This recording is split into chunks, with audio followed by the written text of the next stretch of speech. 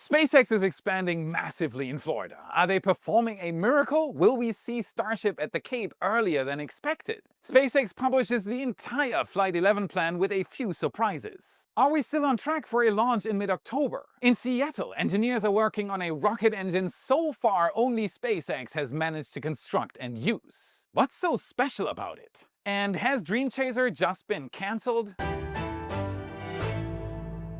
My name is Felix, welcome to What About It. Let's dive right in. Starship updates. Before we jump into Flight 11, Starship operations at the Cape may be closer than we initially thought.